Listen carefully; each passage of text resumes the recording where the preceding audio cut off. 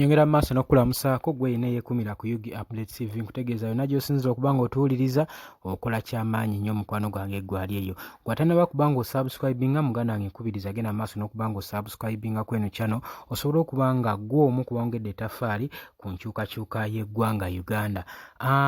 Amawulire agatambulira ku social media platform jjukira olunaku olwokubiri we twali tulinayo okwekalakaasa wano mu ggwanga Uganda mu kibuga Kampala nga tugenda kuba nga tumakinga okuba nga tugenda ku paliamenti y'eggwanga Uganda, ekintu ekyali ekikalubo ddala nnyo. Mubijjukira ebiseera ebyo we balangirira okwekalakaasa olunaku olw'Emmande.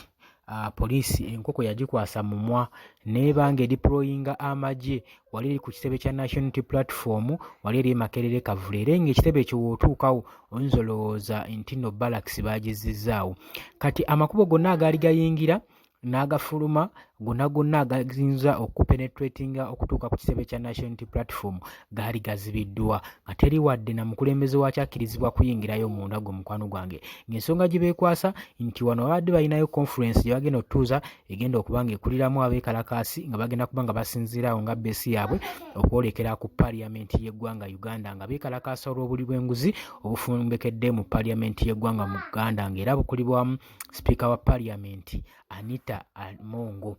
Kakati Pulezidenti Yoweri Kaguta Museveni bino nga byakaggwayo biti yavaayo n'ayogera amafuukuule. Jjukira nti nno mu kwekalakaasa olunaku olwokubiri era poliisi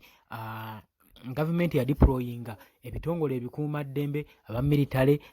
forces zonna medical forces zonna bazidiployinga ne ziba nga ziringa nswa mu kibuga Kampala nga teri akkirizibwa kusala. Poliisi yagamba nti nno ekikoze lwakuba nti neyagala okuteekawo okukuuma eddembe n'emirimu gy'abantu local business gende mu maaso, naye ate mu kulaba okwangu yasinga okulinnyirira eddembe ery'omukozi mu kibuga Kampala kubanga wotunirako eri mu streets ez'owaggulu mu uptown yonna amakubo baali bagaggadde nga kiraga n'ebizimbe byalabibwako nga byonna bisibiddwa nga teri mulimu na gumu gugenda mu maaso. Kitegeeza poliisi yalinnyirira eddembe ly'abakozi ku lunaku olwo ye kye yali eyitanga okukuuma eddembe beeyagala okukuuma ate bo be yalinnyirira ennyo ne bitusobera gwe mukwano gwange. Kati Pulezidenti Yoweri Kaguta Museveni avaayo ng'ayogera n'agamba bano abaakwatiddwa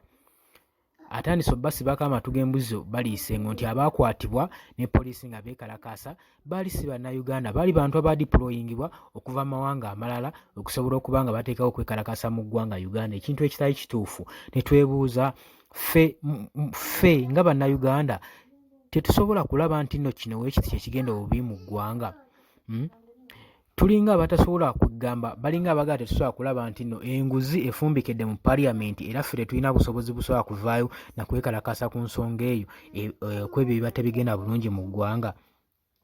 Kati ye omuntu waavaayo n'atambula kwekalakaasa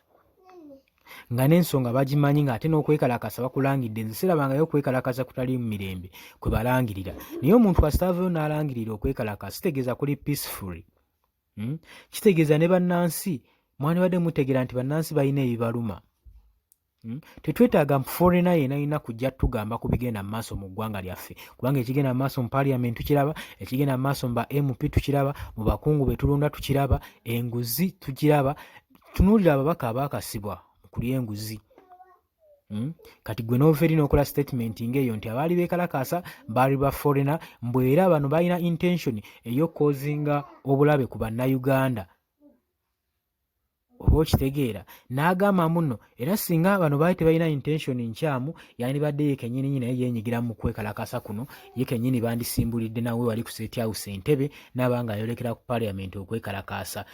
Bino nno ebigambo bigenda bitambulira ku media platforms naye saagala obitwala ennyo lwa nsonga bigezaako okuziba katambaala mu mutwe bikujje ku mulamwa gwe gw'oliko gw'okubanga weekalakaasa ku nsonga ezigenda obukyamu mu ggwanga Uganda. Agambye nti nno nawulidde nti agamba nti bano abaakwatiddwa okuteebwa balina okuba nga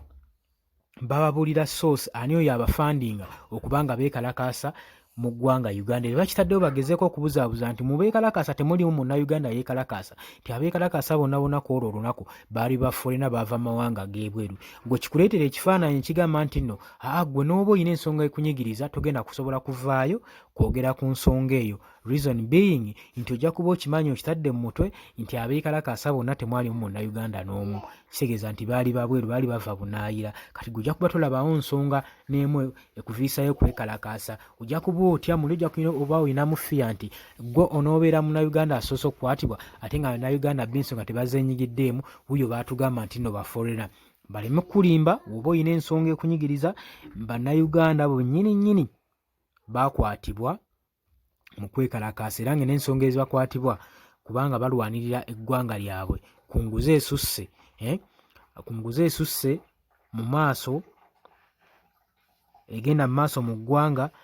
kukwasa ne poor service facilities ebyensoma ebibi poor health facilities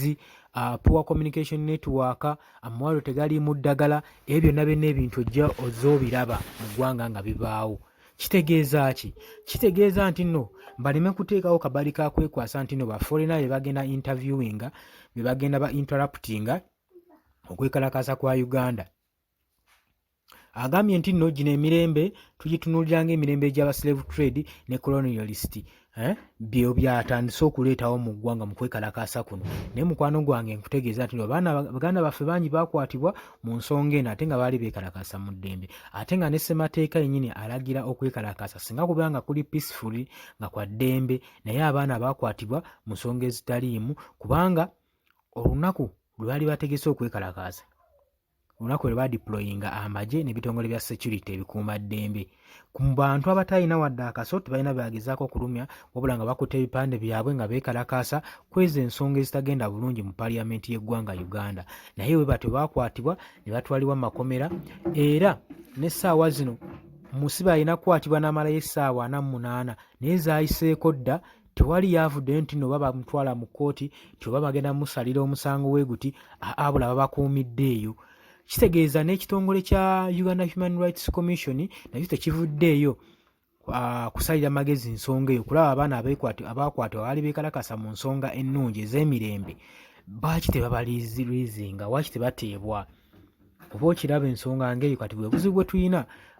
mu ggwanga lyaffe Uganda nti n'ebitongole byennyini ebyandiyambye omuntu we wansi tebisobola kusitukayo kuvaayo lwa nsonga omuntu abifuga ali omu ebyo byonna ebitongole tetulina bitongole mu ggwanga Uganda